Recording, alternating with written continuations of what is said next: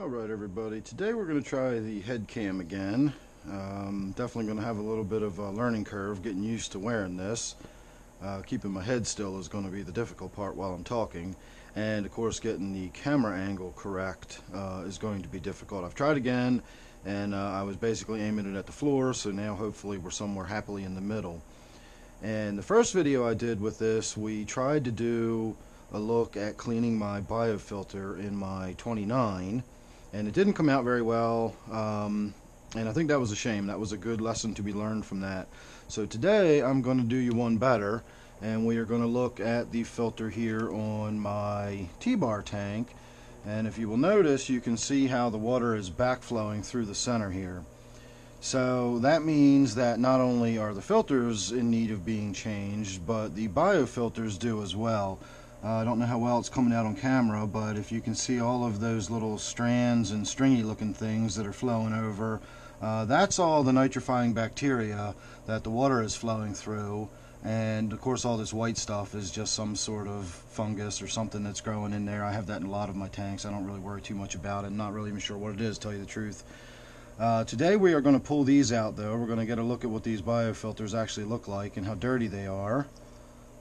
So you can see that's a pretty filthy looking biofilter. So definitely time to get this one cleaned up. We'll put that here. We will do the same thing with this one.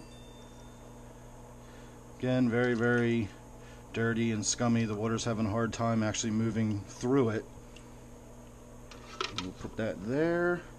And then the filters themselves probably aren't terrible, but are in need of a change. Well, that's pretty bad. So we're going to go ahead and change those anyway, whether they were bad or not. And in just a few moments, we'll go over to my washing machine where I do all my work. And we will actually get a look at how I put these filters together and what I run. And we'll have a little discussion about that. So bear with me for a moment, and I will see you over at the washing machine. Okay everybody, this is the back side of the filter. The water was flowing through this way. That was the front side. So these are filters some of you might recognize. They actually come with like a filter bag, and you can pour your coal, your charcoal or whatever in there. So that's some pretty nasty stuff. This is the other one here. I just leave them in the sink till they dry. And you can see I do a lot of filter changes. That's the other one. This is what I just took out of my brackish tank when I did a little bit of maintenance on the brackish tank yesterday. So that's pretty nasty. That also is after a treatment. These were fresh before the treatment. That's after 2 days of treatment in the brackish tank. So you can see what a difference that makes. So all I do for my filters is I get a roll of this batting. It actually comes in a big roll like that. I cut a strip off, and then from that strip, find the end of it here, I cut about that much off. And I simply wrap it around like that, fold it back over to hold it in place, and put the clip on it. And that's my filter. That is all I use. Do not run any kind of additives. I don't run any sort of activated carbon. That's the word I was looking for a minute ago, not charcoal, carbon. I just don't use it. I don't need it. I don't see a point in using it. I don't run any kind of nitrosorb or any nitrifying, denitrifying, absorbing materials or anything like that. I run this little pad like that, and again, half the time it doesn't even fully cover it. As long as I've got one layer of it, that's all I worry about. It'll get folded up like that and tucked in, and that's my filter. And then as far as the biofiltration goes, that is some pretty scummy looking stuff, but it's not bad stuff. That is your Biosponge. This sponge is not designed to block the physical detritus and the fish poop and whatnot in your tank. That's what that is for. This is to provide surface area for all this gunk and bacteria to live on. However, eventually this will get clogged up to the point where you need to allow water to flow through it again. So I simply do Just a little bit of smooshing around, break it up so that the center, you know, the interior parts of it, excuse me, a gnat just flew at my nostril.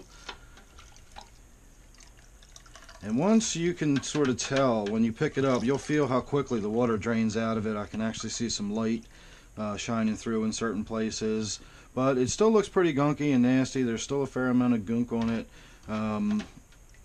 You know, that's what you want. This is not dirt and filth, contrary to what it looks like. This is actually good stuff you need in your tank. So you don't want to strip these clean, or you will be starting your cycle all over again. If you do too much cleaning to these, it's not good. I know that kind of sounds odd, but this again is not dirt and filth. This is just too much of the nitrifying bacteria you need. It's overkill, and it's actually clogging up the filter.